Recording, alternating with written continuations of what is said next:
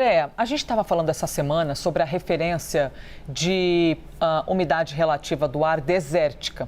Eu até me lembro de uma vez ficar pesquisando, ainda mais um assunto que gera interesse, e você o sabe muito mais do que nós jornalistas. Eu estava pesquisando uma vez sobre a umidade relativa do ar do deserto do Atacama, deserto do Saara, que é aquela coisa abaixo de 10%. E aí, muito nos impressiona encontrar muitas vezes, Andréa, um registro como 10%, 12%, 15% aqui no Brasil. Por qual motivo existe essa umidade relativa do ar tão baixa em alguns locais, a ponto de não haver condição de uma umidade chegar um pouquinho mais próxima? E aí, consequentemente, a gente, por exemplo, tem faringite, sinusite, rinite, um monte de doença respiratória. É isso, Elisa, bem falado. Olha aí como é que está Brasília, com essa camada de fumaça bem rente à superfície. Essa umidade, acredite, tem uns registros, mas agora, esse ano realmente está atípico, né? Aliás, desde o ano passado, quando nós tivemos El Niño, ele acabou em junho, ainda persistiu. Diminuiu as chuvas ao longo de 2023 e também aí início de 2024, ainda é um reflexo, apesar de agora estarmos numa fase neutra, mas de qualquer forma nós estamos com uma atuação de um anticiclone em altos níveis que mantém todas essas características próximas à superfície e ele está sendo mantido, é difícil rompê-lo.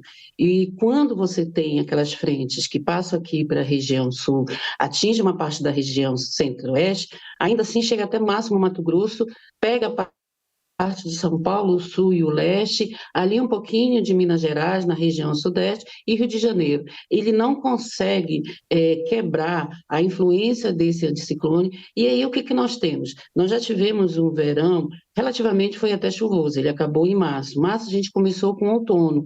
O outono é uma estação de transição, e isso significa o quê? Que no início dele você tem chuva, e no final ele já vai pegando as características da próxima estação, que é o inverno. E o inverno é isso, ele é quente, ele é seco e com baixa estiagem.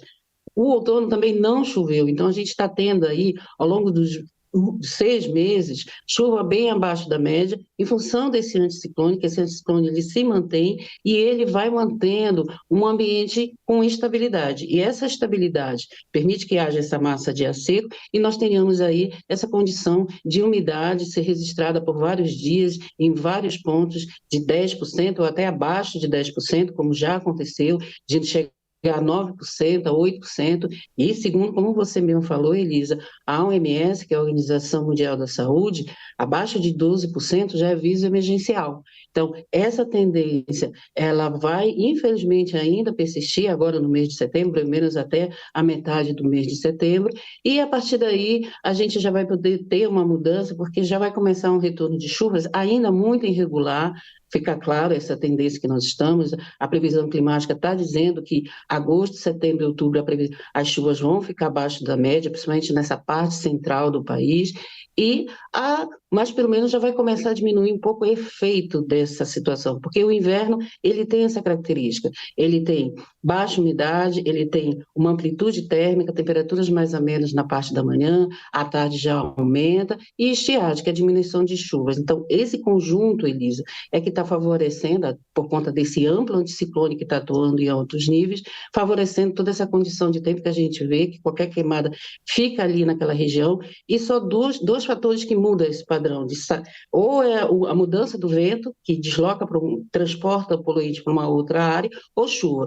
E, infelizmente, a chuva ainda está dentro da previsão, ela está ainda mais localizada em pontos como no Rio Grande do Sul, na parte sul do estado, ali nos extremos, ali quando a gente olha Salvador, litoral baiano, e também ali no noroeste do Amazonas e também Roraima. O resto da estação do país, né, segue com a característica da estação, que é um tempo quente, seco e ainda sem chuva. Elisa.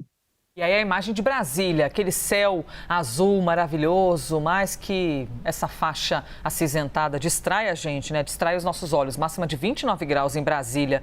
E neste momento, 24 graus e alerta para baixa umidade. Andréa, muito obrigada, hein, pela gentileza. Domingão de manhã, dia de descanso para muita gente. E você fazendo essa gentileza de conversar com a gente. Muito obrigada. Você também está trabalhando, Elisa. Bom trabalho para você, para Estamos. toda a equipe e tenha um ótimo dia aí. Tchau. Obrigada, minha querida. Andréa Ramos, meteorologista.